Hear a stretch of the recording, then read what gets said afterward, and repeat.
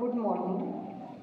आज हम 8वीं कक्षा में जो 7वां पाठ है मेरे रजा साहब उसके बारे में देखेंगे। उसकी जो लेखिका है वो है सुजाता बजाज। वो भी एक चित्रकार थी और ये जो लेख है वो संस्मरण पर आधारित है। संस्मरण यानी अतीत जो उनका बीता, जो उनकी यादें हैं, इस पर ये पाठ अवलंबन है। जैसे रजा साहब ये भी एक चित्रकार थे और जो लेखिका है सुजाता बजाज वो भी एक चित्रकार थी।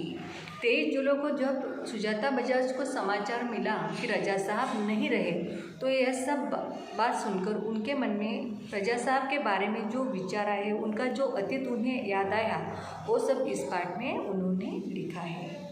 देखो यहाँ बताया कि पिछले फरवरी की बात है। रजा साहब गणपति प्रदर्शनी, जो दिल्ली में गणपति प्रदर्शनी थी, कि उन्हें लगा कि वहाँ रजा साहब व्हीलचेयर पर उनके उद्घाटन के लिए आएंगे। लेकिन एक अनहोनी हो गई कि उन्हें एक सपना दिखाई दिया और सपने में क्या दिखाई दिया कि रजा साहब आए कि अभी मैं जा रहा हूँ तो मुझे मिलने के लिए आए।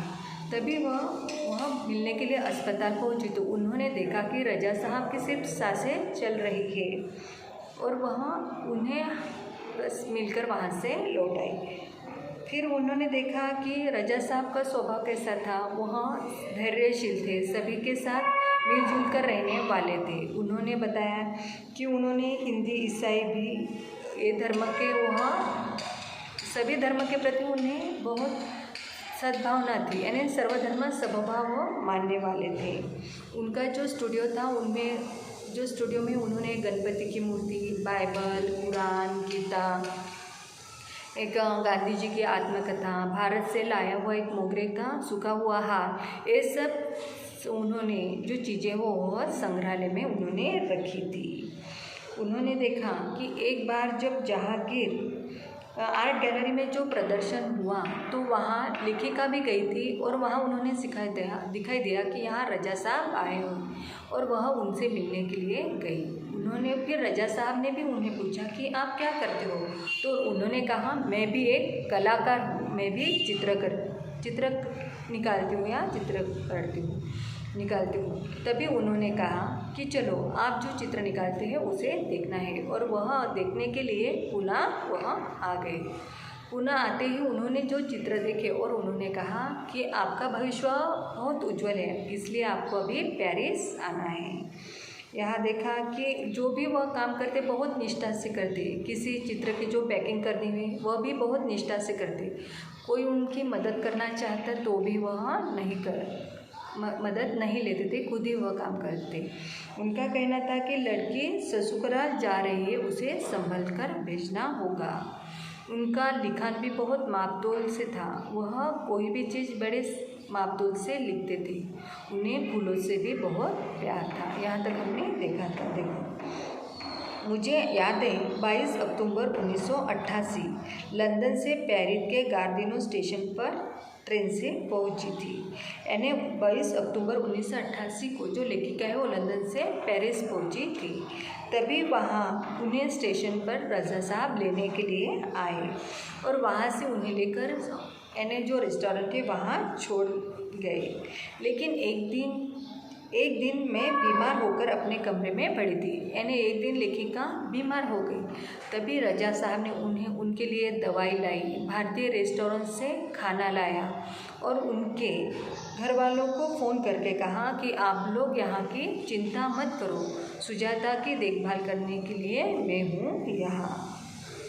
यानी जब भी हर बार जब मैं या रजा साहब पेंटिंग, यानी दोनों भी चित्रकार थे, जब भी वो दोनों पेंटिंग पूरी करते थे तो वो एक दोनों को पेंटिंग दिखाते थे और वह एक दूसरे के अच्छे समालोचक थे। समालोचक यानी गुण शक्ति आदि का प्रतिपादन करने वाले, जो सही है सही या गलत है गलत उसे मुँह पे बता देती थी। इसी के कारण वो उन्होंने मुंबई, लंदन, पेरिस, न्यूयॉर्क के साथ साथ कई जगह उन्होंने प्रदर्शनियाँ की और कहीं भी कुछ विवाद नहीं खड़ा हुआ, क्योंकि उनका ये सब उनका स्नेह और अपनेपन था।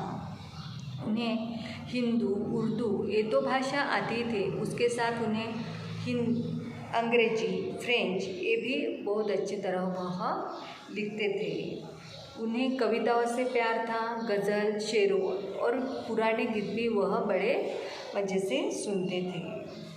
उन्हें डायरी लिखने का भी शौक़ था।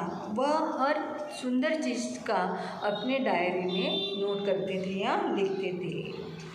लेखिका ने बताया कि जो लेखिका की बेटी थी जिसका नाम हेलना था, वह हिंदी बोलती थी और इसका रजा साहब का बहुत गर्व था और वो भी उसके साथ शुद्ध हिंदी में बातें करते थे। रजा साहब खाने के बहुत शौकीन थे। उन्हें अच्छा खाना बहुत शौक़ था, अच्छा खाने का। तभी उसमें से उन्हें दाल, चावल, रोटी और आलू की सब्ज़ी ये उनका पसंदीदा खाना था। यानी लेखिका उनके लिए हफ्ते में एक बार शाकाहारी भोजन उनके यहाँ भेजती थी, उनके लिए और उनके फ्रांसीसी दोस्तों के लिए। देखो, रजा साहब के कुछ फ्रांसीसी दोस्तों को उनके जाने की खबर दी गई तो एक बार उनकी दीवारों पर रजा साहब की काफ़ी सारी कृतियाँ दिखने का मौका मिल गया। यानी जो लेखिका थी वो समाचार देने के लिए वो कुछ उनके जो फ्रांसीसी दोस्त थे उनके यहाँ गई कि रजा साहब अब नहीं रही। तो उनके घर भी उनके दीवारों पर उनकी चित्रों की बहुत सारी कृतियाँ लगी हुई थी और वहाँ उन्होंने देखी थी। मैं हमेशा कहती थी कि रजा साहब आप मेरे एंजल गार्जियन हैं, तो मुस्कुरा देते थे। यानी लेखिका बोल रही है कि मैं हमेशा उन्हें बोलती थी कि आप भी मेरे देवदूत हो या एंजल गार्जियन हो। वह मुस्कुरा देते थे, लेकिन 2000 के बाद वह कहते थे कि अभी भूमिका बदल गई हो, तुम मेरी एंजल गार्जियन हो। यानी वह रजा साहब सुजाता जो लेखिका है उनको बोलते थे कि आप ही मेरी एंजल गार्जियन हो। यानी वह बड़े मन से इतने बड़े थे कि किसी को प्रेम, स्नेह, धैर्य ये सभी गुण इनमें थे। और जो सुजाता बजाज जिनको जो उनका अनुभव आया, व्यक्तित्व का उनका जो एहसास हुआ, वो इस पाठ में उन्होंने लिखा है, मेरे रजा साहब।